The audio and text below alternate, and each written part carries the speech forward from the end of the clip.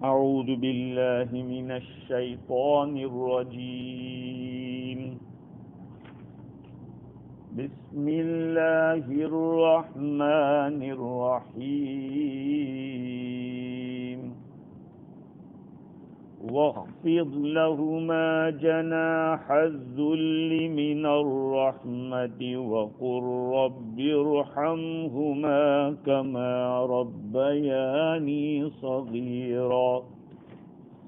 ربكم أعلم بما في نفوسكم إن تكونوا صالحين فإنه كان للأوابين غفورا.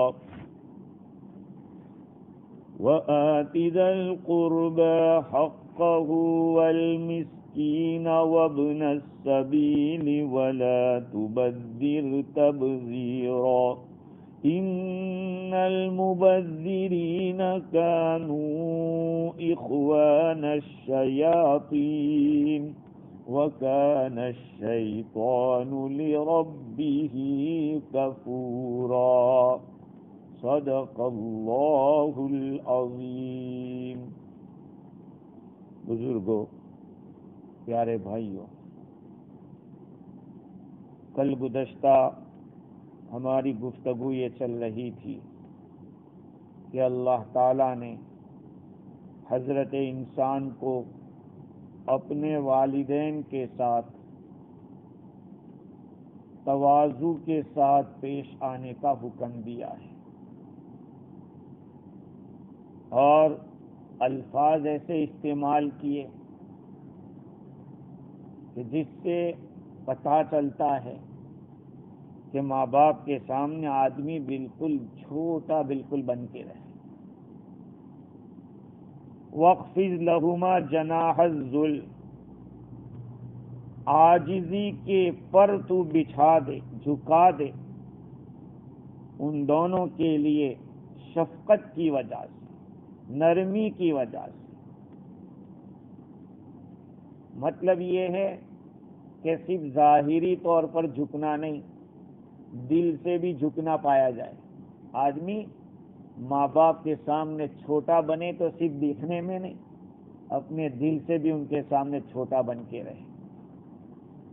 میں نے کل نقل کیا تھا ابن حضرت امام قفال کا قول، جو فرماتے ہیں کہ یہاں پانکھیں بتلائی ہے، پنکھا جس کو پر کہتے ہیں، تو پر تو پرندے کے ہوتے ہیں، انسان کے تو پر ہوتے نہیں.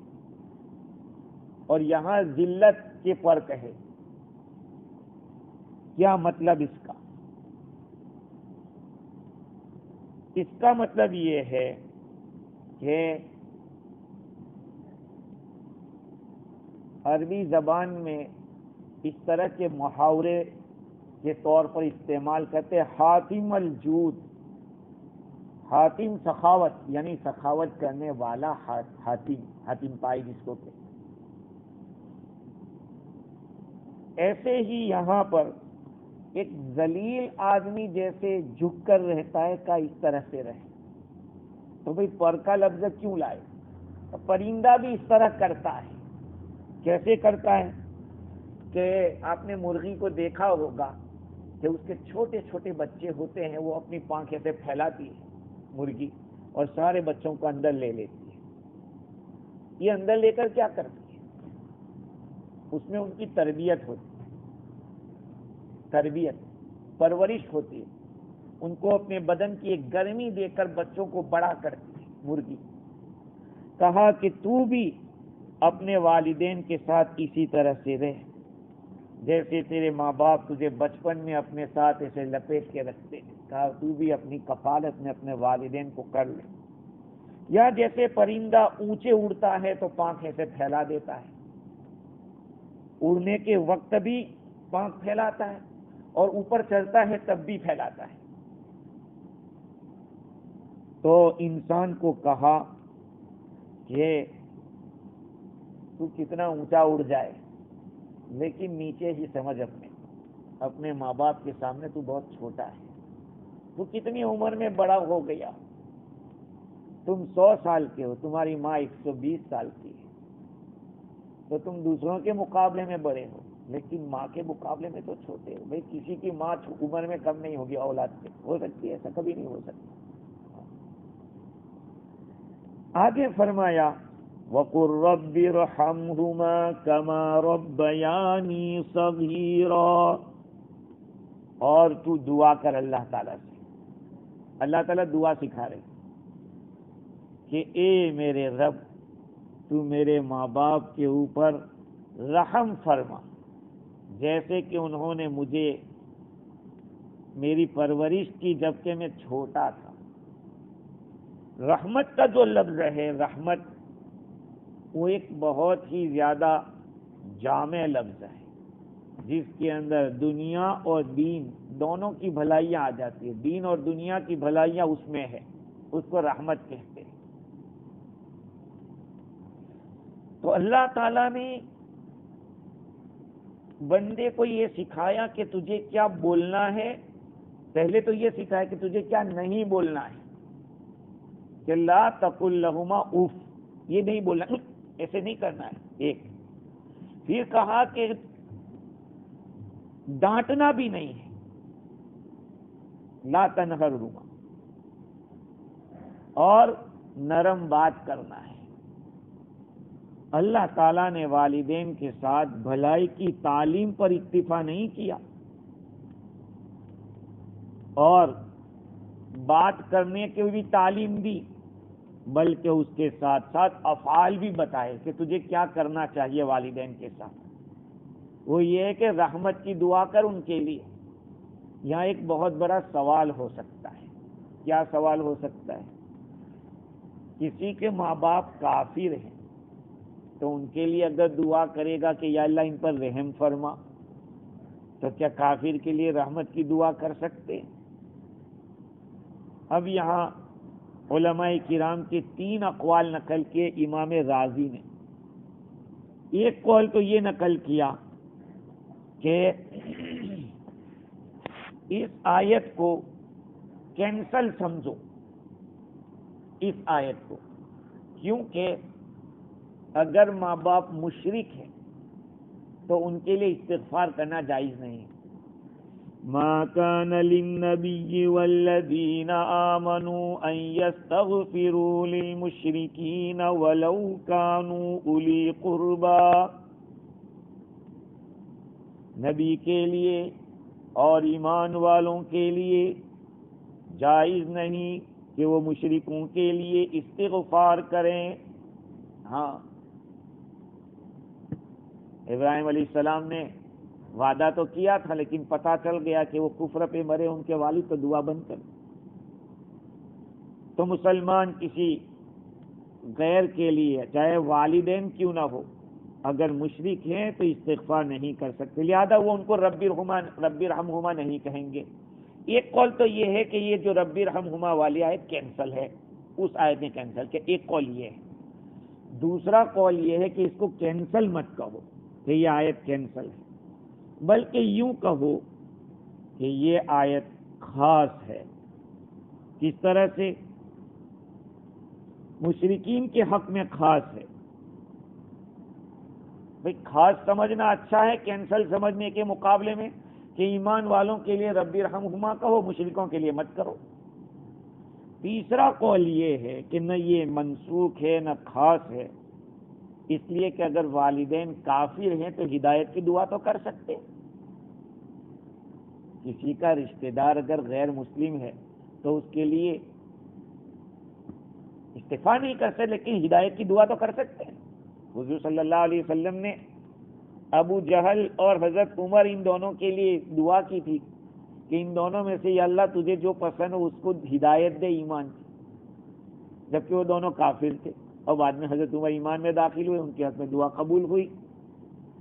تو یہ مراد ہے، یہ رب ارحمہما ماں باپ پر رحمت کی یہ دعا ہوگی کہ اگر وہ غیر مسلم ہیں تو ان کو ہدایت ملے، اور ایمان والے ہیں تو اللہ تعالیٰ ان کو دین اور دنیا کی خیر عطا فرمائے۔ وَقُلْ رَبِّ ارْحَمْهُمَا، دیکھو قرآن مجید میں کسی چیز کا آرڈر ملتا ہے، وہ order you must do it, ہاں تمہیں کرنا ضروری ہے۔ تو اب سوال یہ ہے کہ اللہ تعالیٰ نے ہمیں حکم دیا ہے، مجھے اور آپ سب کو، کہ اللہ تعالیٰ سے یہ دعا کریں کہ اللہ میرے ماں باپ کے اوپر رحم فرما۔ تو کتنی دفعہ یہ کہنا ضروری ہے؟ کہا زندگی میں ایک مرتبہ آدمی کو اپنے ماں باپ کے لیے اس طرح کی دعا کرنا فرض ہے، واجب ہے، ضروری ہے۔ رب ارحمہما کما ربیانی صغیرا، کہ اللہ تو میرے ماں باپ پر رحم کر، یہ زندگی میں ایک دفعہ بولنا فرض ہے۔ اور بعض علماء تو یہ فرماتے ہیں، جیسے کہ سفیان رحمۃ اللہ علیہ سے پوچھا گیا کہ آدمی اپنے والدین کے لیے کتنی دفعہ دعا کرے، کیا دن میں ایک مرتبہ، مہینے میں ایک مرتبہ، یا سال میں ایک مرتبہ؟ تو کیا بتایا معلوم؟ میرا خیال یہ ہے کہ قاعدہ اخیرہ کے اندر ان کے لیے روزانہ دعا کریں۔ قاعدہ اخیرہ میں ہم کیا پڑھتے ہیں؟ پہلے التحیات پڑھتے ہیں، پھر کیا پڑھتے ہیں؟ درود ابراہیم پڑھتے ہیں، پھر کیا پڑھتے ہیں؟ دعا پڑھتے ہیں۔ تو شاید سفیان ثوری ہی ہے، وہ فرماتے ہیں کہ جیسے اللہ تعالیٰ نے مجھے اور آپ کو حکم دیا کہ نبی صلی اللہ علیہ وسلم پر درود شریف پڑھو، یہ درود شریف ہم کہاں پڑھتے ہیں؟ تشہد میں پڑھتے ہیں۔ تو کہا کہ ماں باپ کے لیے دعا کا حکم دیا تو وہیں پہ دعا کر لیا کرو۔ اس سے معلوم ہوا کتنی دفعہ دعا ہوگی؟ دن میں 5 مرتبہ، 5 نمازیں فرض، تو ماں باپ کے لیے 5 مرتبہ دعا کرنا بھی ضروری۔ کاشفی کا کہنا یہ ہے کہ دعا کی حقیقت، ماں باپ کے لیے رحمت کی دعا کرنا، اس کی حقیقت کیا ہے کہ اگر وہ مومن ہے یا اللہ تو ان کو جنت میں پہنچا دے، اور اگر وہ کافر ہیں تو یا اللہ ان کو ایمان اور اسلام کی توفیق عطا فرما۔ کا یہ دعا ہے، رحمت کی دعا یہ ہے جس میں دین اور دنیا کی خیر مل جائے گی۔ علماء کرام نے روایت نقل کی کہ جب بندہ والدین کے لیے دعا کرنا چھوڑ دیتا ہے تو دنیا میں اس کی روزی ختم کر دی جاتی ہے، منقطع کر دی جاتی ہے۔ ہاں، یہاں پر ایک بات معلوم ہوئی کہ قرآن کیا کہتا ہے کہ تو اپنے والدین کے لیے دعا کر، رب ارحمہما، اے میرے رب تو ان پر رحم فرما، کما ربیانی صغیرا، جیسے انہوں نے میری تربیت کی تھی جبکہ میں چھوٹا تھا۔ تو تربیت کا حق کس کا ہے؟ تربیت کا حق ماں باپ کا ہے۔ آج جو ادارے بنے ہوئے ہیں غیروں کی طرف سے اور غیر اسلامی حکومتوں کی طرف سے، جو ادارے بنتے ہیں کہ کوئی بچے کو کچھ ہو تو کہا لے جاؤ بچے کو، کہا یہ اسلامی طریقہ نہیں ہے۔ اسلامی طریقہ تو یہ ہے کہ ماں باپ اولاد کی تربیت کریں گے، اور ظاہری بات ہے کہ ماں باپ اپنی اولاد کی جو تربیت کر سکتے کوئی اور کیا کر سکتا ہے۔ آگے اللہ تعالیٰ فرماتے ہیں ربکم اعلم بما فی نفوسکم ان تکونوا صالحین فإنہ کان للأوابین غفورا، تمہارا رب خوب جانتا ہے ان باتوں کو جو تمہارے دلوں میں ہے، اگر تم نیک ہو تو پھر اللہ تعالی توبہ کرنے والوں کے لیے بخشنے والا ہے۔ کیا مطلب؟ تم اپنے ماں باپ کی خدمت کس نیت سے کرتے ہو اللہ جانتا ہے۔ آج کل اولاد بھی اتنی ہوشیار ہو گئی کہ باپ کے پاس اگر لمبی چوڑی پراپرٹی ہے تو بیٹا بھی سوچتا ہے کہ یہیں پہ گڑ ہے تو کھاتے رہو، خدمت کرتے رہو تو کچھ مل جائے گا، ہے۔ اگر اس نیت سے کوئی خدمت کرتا ہے تو کچھ ملے گا نہیں۔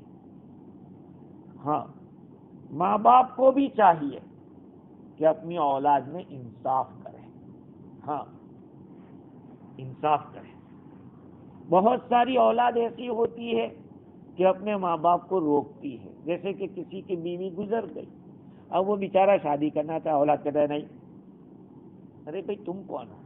تمہیں یہ ڈر ہے کہ باپ کی پراپرٹی کا ایک پارٹنر آ جائے گا، وہ حصے دار آ جائے گا۔ ارے آ جائے، خدا اس کو دے گا ہم کو بھی دے گا، لیکن یہ ایک رانگ مینٹالٹی ہے. دیکھو دونوں طرف کوتاہی ہے. انگریزوں کے اسلوب میں اور طریقے کے اندر اتنی خرابی ہے کہ جب بیٹا بالغ ہو جاتا ہے 17 سال کا ہو جاتا ہے تو وہ سوچتا ہے کہ میں آزاد ہوں. اگر لڑکی 17 سال کی ہو گئی گورے کی تو وہ خوش ہو جاتا ہے اب میں آزاد ہوں. اب وہ جائے اپنے کہاں زندگی بسر کرنی وہ اپنا گھر بسائے. بیٹا بھی سوچتا ہے کہ اپنا گھر بسا لیں گے. اب کبھی زندگی میں موقع ملا تو باپ کو ہیلو ہاؤ آر یو کے لیے پہنچ جائے گا. یہ اولاد نہیں سوچتی کہ میرے ماں باپ کو سکون کہاں ملے گا. میرے باپ کو سکون اس میں ہے کہ اگر بیوی اس عمر میں گزر گئی ہے, زیادہ لمبی عمر نہیں ہے, تو پھر وہ شادی کرنا چاہتا ہے خراب. ہمارے ایسا ہوا کہ میرے والد صاحب کے چچا 72 ایئرس کے تھے. وہ جماعت میں گئے 4 مہینہ جماعت میں سے جماعت میں تو کیسے کیسے مزاج کے لوگ ہوتے ہیں, جوان بھی ہوتے ہیں, بات چیت ہوتی ہے ایسی. تو انہوں نے یہ کہا کہ میں گھر جا کے نکاح کر لوں گا. تو جب وہ جماعت میں سے آئے تو ان کے بیٹے سے کہا لوگوں نے, ارے کیسی بات کرتے ہو, اس عمر میں کیا نکاح کریں گے؟ تو نہیں ہم لوگ خدمت کرنے والے ہیں. میں گیا ان کے انتقال کے بعد تو مجھے کہا کہ تمہارے دادا کو شادی کرنی تھی, یعنی میرے والد صاحب کے چچا کو. تو میں کیا ہوا کیا؟ تو کہا میں نے کہا کہ اس عمر میں کیا, میں تو میرا باپ ہوتا نا میں نکاح کرا تھا. اگر وہ کالا منہ کرتا کہیں الٹا دھندا کرتا وہ جائی اچھا لگتا تمہیں اس کا ڈر ہے کہ وہ گھر کے اندر حصے دار بن جائے گی تو بن جائے, اس کا نصیب کا لے جائے گی. یہ مینٹالٹی بہت رانگ ہے. لوگوں کو یہ ڈر رہتا ہے. اور پھر اگر باپ کوئی دوسری بیوی لاتا ہے, یعنی پہلی گزر گئی ہے, تو پھر جو بیٹے ہیں وہ دشمن سمجھتے. نیوزی لینڈ میں ہم نے ایک بڑے میاں تھے 70 ایئر کے, ان کا نکاح کرایا رات کو 10 بجے. آسٹریلیا سے عورت آئی. 6 مہینے کے بعد بڑے میاں روانہ ہو گئے, دنیا سے گزر گئے. کچھ ہی مہینوں میں لڑکوں نے نکال دیا اس بڑھیا کو گھر سے. بھائی ایسا کیوں؟ ہمارے دلوں میں تنگی بہت زیادہ ہے, بہت تنگی ہے. ہم دنیا کی آنکھوں سے دیکھتے ہیں, مال کی آنکھوں سے دیکھتے ہیں. اللہ تعالیٰ فرماتے ہیں کہ تمہارے دلوں میں کیا ہے اللہ اس کو خوب جانتا ہے. عبادت کرو اللہ کی تو اخلاص کے ساتھ کرو. والدین کے ساتھ اگر حسن سلوک کر رہے ہو تب بھی کیا ہے اچھے طریقے سے. بعض بوڑھے لوگ بھی بڑے ہوشیار ہوتے ہیں. ایک بڑے میاں تھے, بڑی عمر ہو گئی تھی, تو ان کی بہو یعنی پتو اور لڑکے زیادہ بھاؤ نہیں پوچھتے تھے. جو بچا کچا بیچارے کو مل جاتا تھا. ٹائم پہ کھانا نہیں, گھر نکلو باہر جاؤ بعد میں آنا. انہوں نے اپنے ساتھیوں سے کہا کہ ایک مصیبت آ گئی ہے. کہا کیا؟ کہیں یار اب تو پتو اور بیٹا بھی زیادہ خدمت نہیں کرتے اور پوچھتے نہیں. کہا ہم ایک طریقہ تجھے بتاتے. کہا کیا؟ کہا کل تیرے گھر ہم آئیں گے اور تجھے کہیں گے کہ یار اللہ کے بندے تیری تیجوری میرے گھر پہ پڑی ہے, تو لے جا یار, میں تھک گیا, کتنا سنبھالوں اس کو. کہا کہ اچھا. تو پھر ایک بڑا پٹارا ہوگا, اس میں ایک پتھر رکھ کے اس کا چابی لگا کے پھر رکھنا. یہ دوسرے دن آیا اور کہا کہ بھائی تمہارا جو خزانہ تھا وہ پٹارا وہ میرے گھرے رکھا ہوا ہے, تو کتنے دنوں سے میں سنبھال رہا ہوں, تم لے جاؤ, مجھے کہیں جانا ہو تو میں جا بھی نہیں سکتا. کہا اچھا کل ہم اپنے بیٹے کو لے کر آ کر لے جائیں گے. وہ پٹارا لے کے رکھا, چابی اب بدھا جیب میں رکھتا ہے, ادھر ادھر ہونے نہیں دیتا چابی. اب جو سیوا شروع ہو گئی, میوہ بھی آنے لگا, خدمت ہونے لگی. جب بدھا مر گیا تو بیٹے نے پہلے ہی چابی لی اور کھولا کہ کیا رکھا ہے, تو بڑا پتھر دکھا. کہا کہ یہ خدمت لینے کے لیے دھندے کیے. تو ایسے ہوتے ہیں, شیر کو سوا شیر مل جاتا ہے. تو اللہ تعالیٰ فرماتے ہیں کہ اگر تمہاری نیت میں فطور ہے تو وہ بھی جانتا ہے, اور اگر تمہارے دلوں میں اخلاص ہے تو اللہ تعالیٰ. بھائی انسان کے علوم تو مکس اپ ہو سکتے ہیں, بھول سکتا ہے, نسیان ہو سکتا ہے. اللہ کے علم میں کوئی نسیان کوئی بھول بھال نہیں ہو سکتی. اس لیے اس آیت میں اللہ تعالیٰ نے اخلاص چھوڑنے سے بچنے کو کہا ہے کہ یاد رکھنا ربکم عالم بما فی نفوسکم، تمہارے دلوں میں جو باتیں اللہ تعالیٰ خوب جانتے ہیں۔ علامہ عثمانی لکھتے ہیں کہ والدین کی تعظیم، ان کے سامنے تواضع و فروتنی صمیم قلب سے ہونی چاہیے، دل کی گہرائی سے ہونی چاہیے۔ سعید ابن جبیر رحمۃ اللہ علیہ فرماتے ہیں کہ آگے کی جو آیت ہے ان تکونوا صالحین فإنہ کان للأوابین غفورا، اس میں یہ کہا ہے کہ آدمی سے کبھی خدمت تو اخلاص سے کرتا جا رہا تھا لیکن کبھی کبھار بھول سے کوئی گڑبڑ ہو گئی تو گھبرائیے مت، سچے دل سے توبہ کر لیجیے، اللہ معاف کر دے گا۔ ہاں ہوتا ہے ایسا، آدمی بیماری میں مدتوں تک پھنسا رہتا ہے تو خدمت کرنے والے کو گالیاں بھی پڑ جاتی ہیں۔ ہاں آدمی الٹا سیدھا بول بھی دیتا ہے، بڑا آدمی، تو خدمت کرنے والا بھی تھک جاتا ہے، تنگ آ جاتا ہے تو کچھ بول دیتا ہے۔ اگر وہ ہمیشہ اخلاص سے کرتا رہا ہے اور کبھی کبھار ایسا ہو جائے تو پھر اللہ تعالیٰ قبول کرنے والا ہے توبہ کو۔ ان تکونوا صالحین، اگر تم فساد کی جہت سے پاک ہو، تمہارے دلوں کے حالات میں کوئی بگاڑ نہیں ہے، مطلب یہ کہ جس کی عادت یہ تھی کہ خدمت کرتا تھا لیکن کچھ گڑبڑ ہوئی، اب یہ اللہ کی طرف رجوع کر رہا ہے اور اللہ تعالیٰ کا فضل تلاش کرتا ہے تو کوئی بات نہیں، اللہ قبول کر لے گا۔ اور دوسری بات ہے ان تکونوا صالحین کا مطلب یہ ہے کہ مشرک لوگ جیسے اللہ کے سوا بہت ساری چیزوں کو سفارشی سمجھتے ہیں کہ ہم تو فلاں کی عبادت اس لیے کرتے ہیں کہ اللہ کے یہاں ہمارا درجہ بڑھ جائے، کہا کہ اس طرح نہیں ہونا چاہیے، آدمی صالح ہونا چاہیے، دل کے اندر کوئی کھوٹ نہیں ہونی چاہیے۔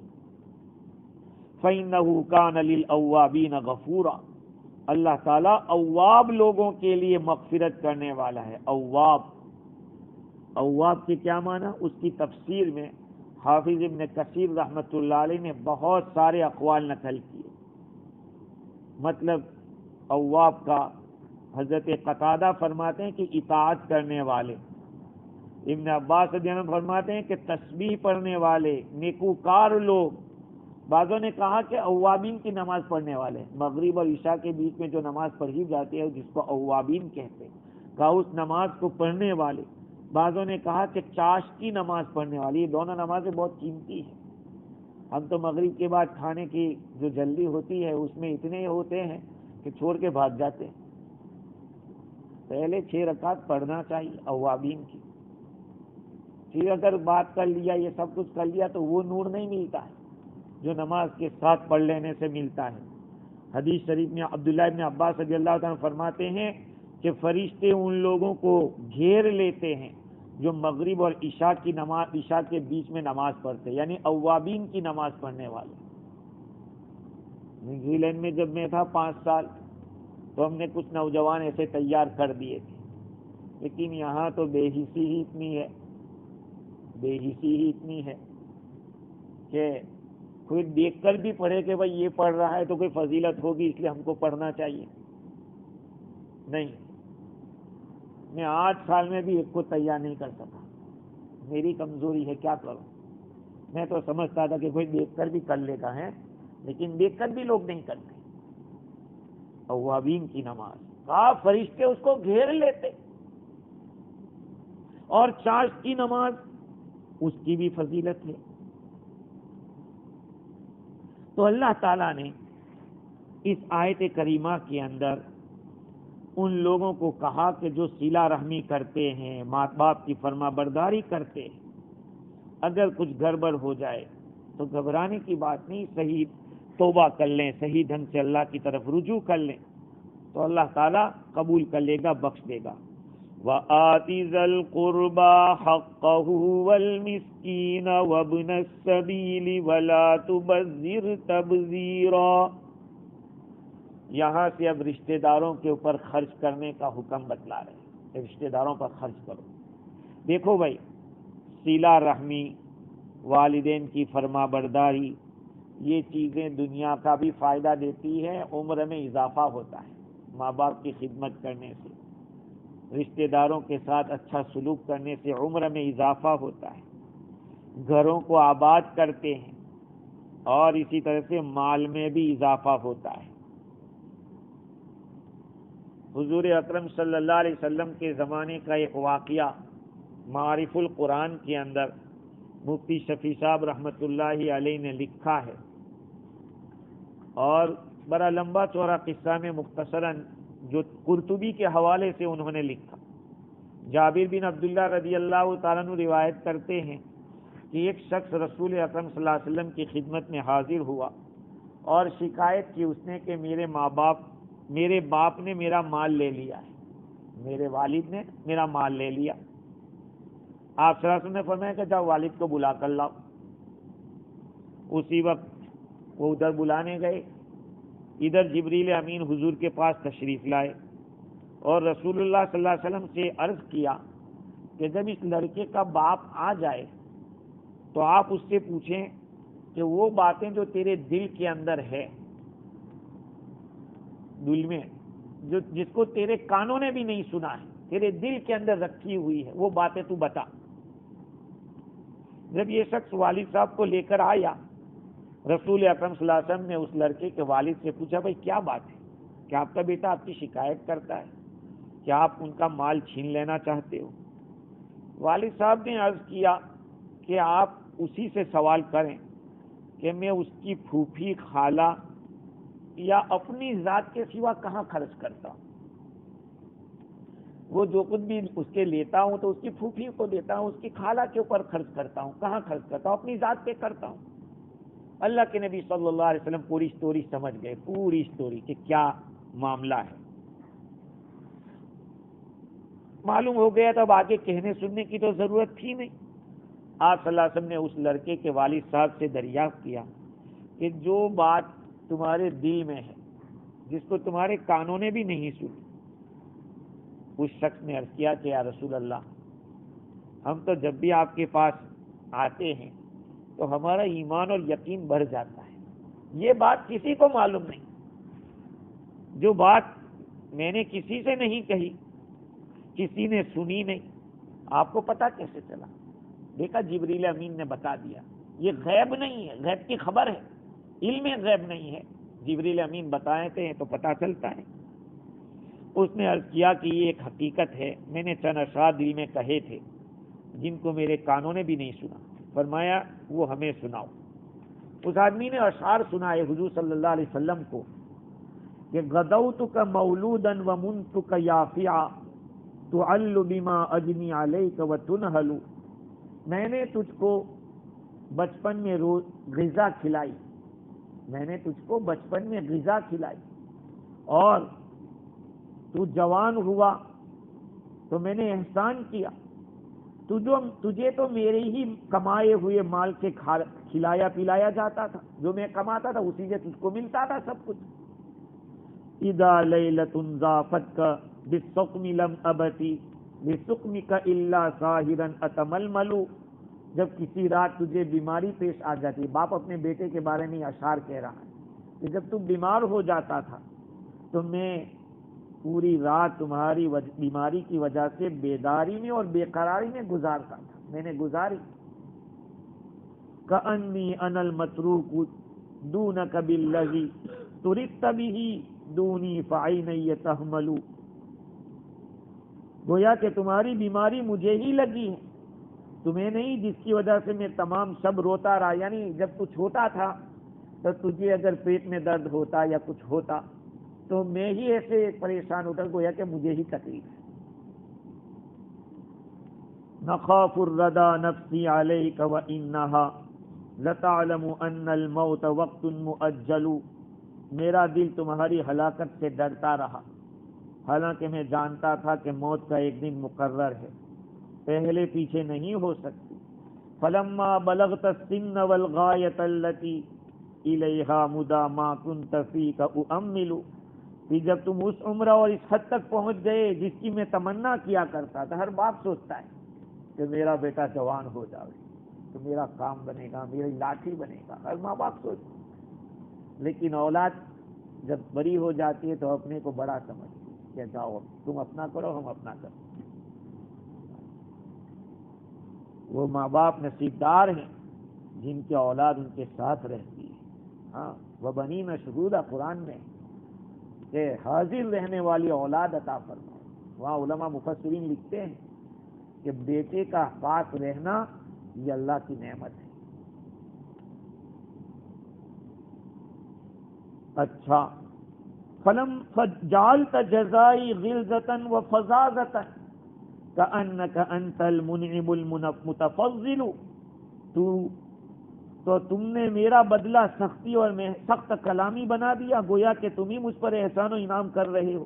یعنی لڑکا جب بڑا ہو گیا تو اب ماں باپ کو اگنور کر رہا ہے، بیوی کی بات سنتا ہے اور کہتا ہے تم کو سمجھ میں نہیں آئے گا، مجھے اس کے ساتھ رہنے کا ہے، میں اس کے سوا کسی کو نہیں چاہتا ہوں، بس یہ ہے وہ وہی میری زندگی ہے. آدمی یہ کہتا ہے.